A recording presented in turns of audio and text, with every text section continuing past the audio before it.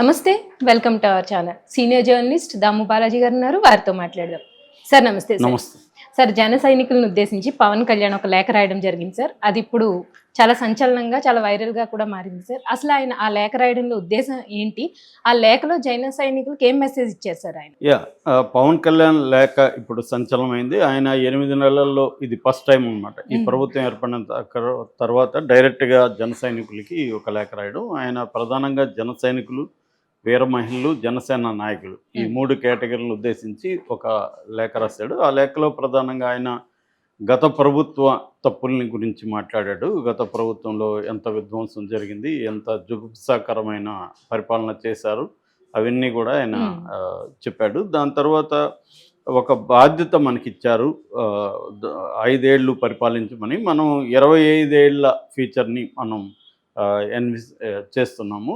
చేసి దాన్ని బట్టి ఇవ్వాలి. మనకి 94% స్ట్రైక్ రేట్తో 164 సీట్లు కూటమికి అందించారు. మనకి జనసేనకి 100% స్ట్రైక్ రేట్తో 21 అసెంబ్లీ, 2 పార్లమెంట్ ఇచ్చారు. కాబట్టి ఈ బాధ్యతతో మనం ఒక అనుభవమైన నాయకత్వంతో మనం రాష్ట్రాన్ని పునర్నిర్మించుకోవాలి, అభివృద్ధిలోకి తీసుకెళ్ళాలి అని చెప్పాడు. అట్లాగే నాకు ఎప్పుడు కూడా పదవులు అంటే ఆశ లేదు. నేను ఇంకా మీదట కూడా ఆశ ఉండదు. నాకు పదవుల కోసం నేను రాజకీయాల్లోకి రాలేదు, ప్రజలకు సేవ చేయాలనే వచ్చాను అనేది చెప్పాడు. దాని తర్వాత ప్రధానంగా అతను ఇవన్నీ కూడా ఒక ఉపోద్ఘాతం అనుకోవచ్చు. ప్రధానమైన మెసేజ్ లేదా ఒక ఆదేశం ఏంటంటే, జన సైనికులకు అందరికీ కూడా మనకి సోషల్ మీడియాలో ఏమైనా తప్పుడు వార్తలు వస్తే మీరు స్పందించకండి, మీరు తలో విధంగా మాట్లాడకండి, మీ వ్యక్తిగత అభిప్రాయాల్ని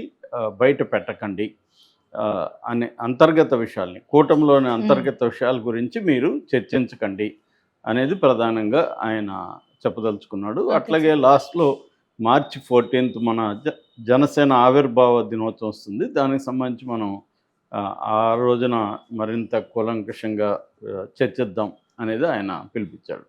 అంటే ప్రధానంగా దీంట్లో మనం టాపిక్ వైజ్గా విభజిస్తే ఫస్ట్ వైసీపీ దారుణాల గురించి చెప్పడం, తర్వాత ప్రజలు తమకెందుకు ఇచ్చారనేది చెప్పడం, దాని తర్వాత అనుభవం ఉన్న నాయకత్వంలో ప్రభుత్వం పనిచేస్తుంది, కూటమి ప్రభుత్వం.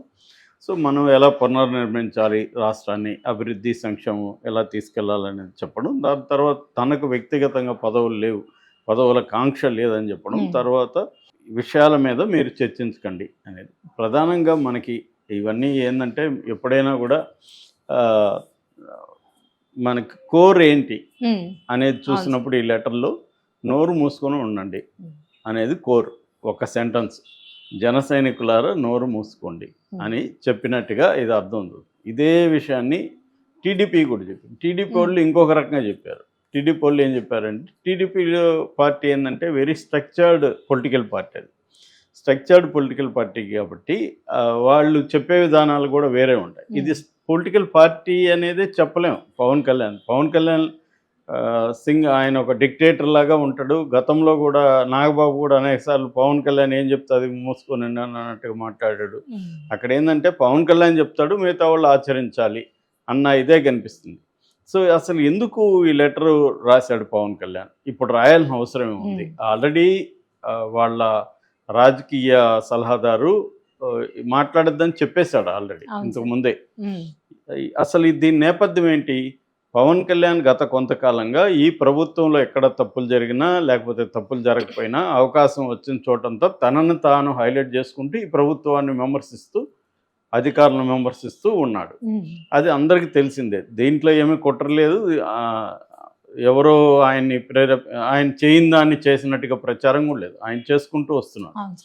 సో ఈ నేపథ్యంలో ఏమైందంటే, ముఖ్యంగా లోకేష్కి ఇబ్బందికరంగా మారింది. ఎందుకంటే ప్రభుత్వంలో నిజంగా అధికారం ఎవరు దగ్గర ఉంది అంటే లోకేష్ దగ్గర ఉంది.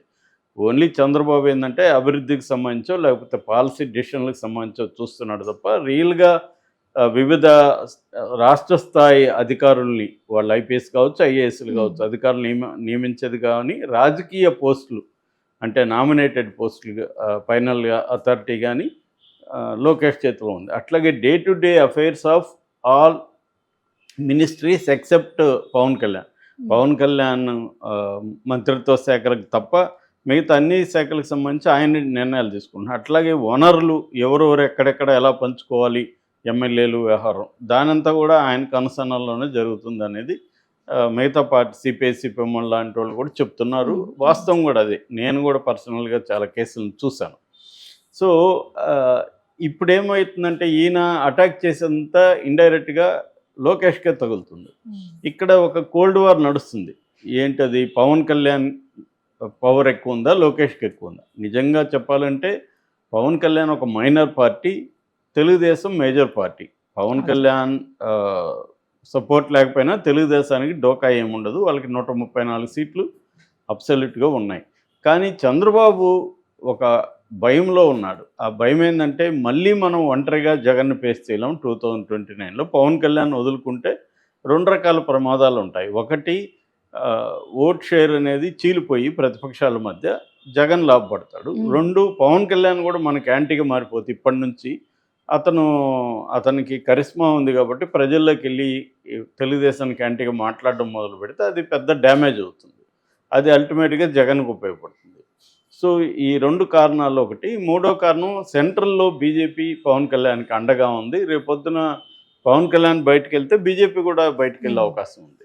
అంటే పవన్ ప్లస్ బీజేపీ కలిసి రాజకీయాలు చేసే అవకాశం ఉంది. అలా చేస్తే రేపొద్దున కేసుల వ్యవహారం కూడా ఇబ్బంది అవుతుంది. ఎందుకంటే మళ్ళీ కూడా సెంట్రల్లో బీజేపీ వచ్చే అవకాశం ఉంది 2029లో కూడా. ఇప్పుడు ఒకవేళ చంద్రబాబు అక్కడ నేషనల్ లెవెల్లో విరమించుకున్నా పెద్ద ఇబ్బంది కలగకపోవచ్చు మోడీకి. వేరే పద్ధతుల్లో మోడీ ప్రభుత్వం ఉంటుంది. కానీ ఈయన ఇప్పుడు ఇండియా కూటమిలోకి వెళ్ళలేడు. వెళ్ళినా కూడా అక్కడ పరిస్థితి బాగాలేదు. సో ఈ కాంటెక్స్ట్లో చంద్రబాబు ఏంటంటే చాలా రెస్ట్రిక్టెడ్ అయిపోయింది ఆయన పవర్స్ అనేవి. సో అందువల్ల పవన్ కళ్యాణ్ని గట్టిగా ఇబ్బంది పెట్టే పరిస్థితి లేదు. ఒక టెస్ట్ వేసి చూశారు, ఏంటి లోకేష్ని డిప్యూటీ సీఎం చేయాలని. అది పనిచేయలేదు. చంద్రబాబు మీద తీవ్రమైన ఒత్తిడి వచ్చింది. సో దాంతో ఏమైంది, సైలెంట్ అయిపోయారు. సైలెంట్ అవ్వమని అధికారికంగా అందరికీ చెప్పారు. అట్లాగే జనసేన నుంచి కూడా చెప్పాడు. ఇప్పుడు పవన్ కళ్యాణ్ ఎందుకు చెప్పాల్సి వచ్చింది? చంద్రబాబు అని లోకేష్ కానీ ఎక్కడ చెప్పలేదు కదా, వాళ్ళ క్యాడర్కి మీరు సైలెంట్గా ఉండండి అని చెప్పలేదు కదా. ఇతను ఎందుకు చెప్తున్నాడు అంటే అర్థం ఏంటి? చంద్రబాబే చెప్పించాడా పవన్ కళ్యాణ్ దగ్గర అని ఒక వార్త వస్తుంది. రెండోది ఏంటంటే పవన్ కళ్యాణ్ ఏది చేసినా నేనే చేస్తాను కానీ మీరేం మాట్లాడకండి. ఇప్పుడు దీనివల్ల ఏమవుతుందంటే ఆల్రెడీ జన సైనికుల్లో ఒక అసంతృప్తి ఉంది. ఎందుకంటే ఎక్కడికక్కడ వనరులు కానీ ఇవన్నీ కానీ తెలుగుదేశం వాళ్ళే పంచుకుంటున్నారు తప్ప వీళ్ళకి అందట్లేదు. వీళ్ళని ఎక్కడికక్కడ కొట్టడము, కేసులు పెట్టడము, వీళ్ళని హరాస్ చేస్తుండడం కూడా తెలుగుదేశం వాళ్ళే. దానికి సంబంధించి కూడా మనకు అనేక పోస్టులు చూస్తున్నాం సోషల్ మీడియాలో జన సైనికులు. సో ఈ కాంటెక్స్లో తమ నాయకుడి కోసం వాళ్ళు మాట్లాడుతుంటే వాళ్ళేమి ముందుగా వాళ్ళు లేవనెత్తింది కదా. లోకేష్ డిప్యూటీ సీఎం కావాలని ఎవరు అడిగారు? సాక్షాత్